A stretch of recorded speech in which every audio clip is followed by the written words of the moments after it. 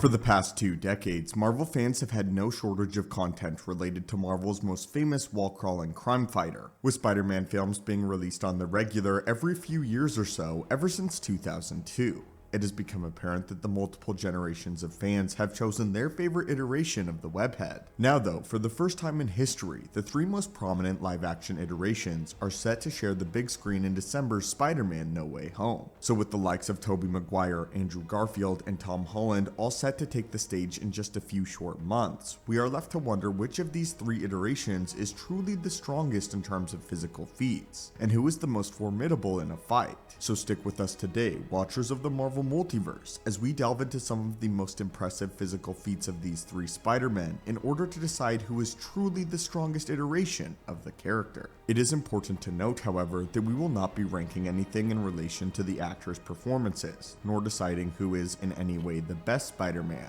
We will instead be focusing on who is the most physically powerful and bears the most threat in a one-on-one fight. With that out of the way, let's answer the question, my friends. Who is the strongest version of Spider-Man? Let's start back at the very beginning, with the iteration of Spider-Man that largely helped to usher in a brand new era of superhero films, Tobey Maguire and Sam Raimi's original Spider-Man trilogy. This interpretation of Spider-Man has shown some rather impressive feats throughout his tenure, including holding up a lone cable car filled with passengers at the end of his first solo outing, with a cable car similar to this weighing up to 15,000 pounds while empty, and that doesn't take into account the passengers inside. We must also remember that he is doing this one-handed while also holding himself in the air via the use of his webbing. If he is able to lift upwards of 15,000 pounds with one hand with minimal effort, then this could reasonably be considered to be one of his most impressive feats. But perhaps his most telling feat of strength just happens to be also one of his most iconic scenes in his trilogy. We are of course talking about the legendary train fight in Spider-Man 2, where Doc Ock sabotages the train's brakes and sends it hurling towards the end of an unfinished track. After trying a few rudimentary solutions and failing, Tobey Maguire's Spider-Man attaches his webs to the surrounding buildings, and in a sequence over a minute long, we see the steady deceleration of the train in tandem with the immense physical strain that it is putting on his body, to the point of ultimately making Tobey Maguire's Spider-Man pass out. There was an extensive effort put into calculating the speed and force of the train using a variety of factors, including using the rate at which the buildings passed by in order to determine the speed,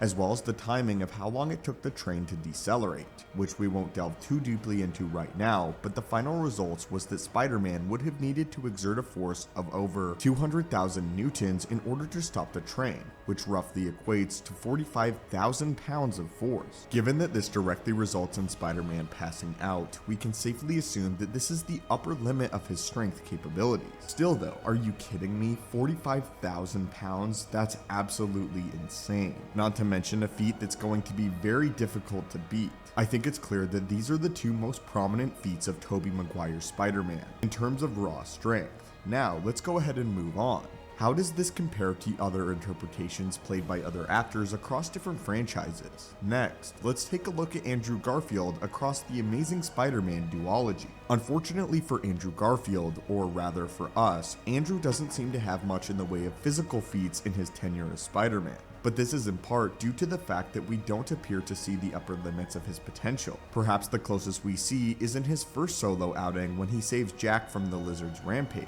He catches a mid-sized car with one hand, though this seems to cause considerable strain over a prolonged period of time. This kind of car would typically weigh around 5,000 pounds, which would be impressive, but still pales in comparison to the 45,000 pounds of force exerted by Tobey Maguire's Spider-Man on the train. Garfield's Spider-Man has been shown to catch cars with minimal effort, as well as stopping a bus from falling during the opening action sequence of The Amazing Spider-Man 2. Buses of this size typically weigh up to 35,000 pounds, but again, that bus is an empty calculation, and the bus that we see in The Amazing Spider-Man 2 was full of bystanders and passengers. When he finally drops the car off of the bridge in the original Amazing Spider-Man, it is because the bumper breaks, not because he was unable to hold it any longer. And though he seemed to show signs of strain and discomfort, there is nothing to suggest that this was the peak of his power. especially given how little experience he had with his newfound strength up until that point, with it being clear that Andrew Garfield's feats are not quite as strong or on the level of Tobey Maguire's, but he also shows less effort than Tobey Maguire does, with the bus and the car being his two most impressive feats of strength. Now, let's move on to Tom Holland's iteration of the iconic character, who not only has his own solo films to draw feats from, but has the entirety of the MCU around him to gauge his capabilities. Tom Holland not only is able to catch a multi-ton bridge in Civil War, but is also able to effortlessly catch Bucky's metal arm mid-punch, as well as temporarily restrain Captain America, indicating that they have similar levels of strength. It's also important to note that Spider-Man Peter Parker is very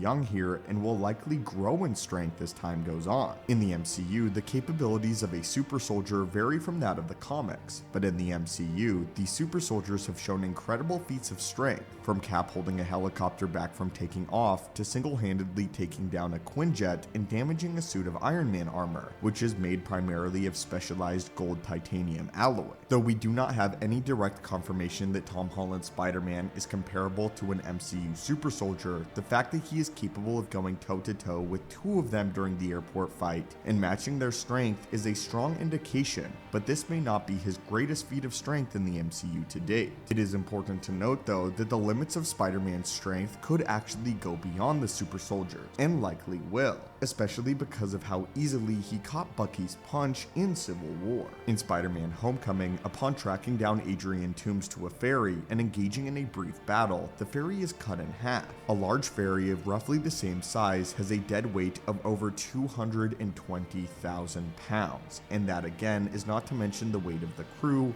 passengers, and any other people that may be on board. Not to mention the cargo on board. Just the ferry itself weighs over 250,000 pounds, with on the ferry containing trucks, vans, and each weighing multiple tons apiece. Tom Holland, much like Tobey Maguire before him, spins an array of webs, and in a scene reminiscent of the iconic train sequence, tries his best to hold the ferry together. It's important to note that his webs start to tear and break, and by the end of the sequence, the only thing holding the ferry together is Spider-Man himself, lifting well over 100,000 tons with just one hand, and while this seems to show a considerable amount of strain and stress, he still succeeds in doing so, at least for a period of time until his webs begin to break. This ferry scene appears to outclass anything that either of his predecessors have accomplished in their tenure, and with this iteration of Peter Parker having ample time to grow and evolve as the MCU moves forward, it stands to reason that as he matures and learns better to control his powers, Tom Holland's Spider-Man may very well outclass this feat of his own accord at some point down the line. So while as of now, it appears that Tom Holland likely holds the title of the physically strongest live-action Spider-Man, that does not necessarily mean that he is the most formidable in a fight for a few reasons. The main limitation that Tom Holland's Spider-Man seems to have as of now is his relative inexperience and lack of growth in his short tenure as a hero. Though he was able to match the pound-for-pound strength of Captain America, the first Avenger's experience and tactical expertise that he had developed over years as a hero allowed him to easily overpower and outsmart the young wall-crawler. In No Way Home, it is believed that these two other Spider-Man have been continuing along with their stories in real time, meaning that Tobey Maguire's Spider-Man particularly has had well over 2 decades of experience in the role of Spider-Man. So where his physical strength may not be in his prime anymore, his experience in the field and ability to utilize his powers effectively could mean that he is able to strategize better than Tom Holland's iteration of the webhead. The fact remains, however, that Tom Holland's immense strength, paired with the experience of Tobey Maguire and Andrew Garfield's Spider-Man, could make for an incredibly formidable team of Spider-Men, and seeing them on screen all together for the first time in history will definitely be a spectacle to behold, to say the very least. But anyway, my friends, what do you think of this determination? Do you think that Tom Holland is the physically strongest Spider-Man of the group? Or do you believe there is something else we did not consider that topples him from this title? And now that we've determined who is the physically strongest iteration of Spider-Man out of these three, we'd love to hear in the comments down below which one is your favorite. As always, my friends, thank you guys so much for watching the channel. Hit that subscribe button to assemble and join our team, and have a great day.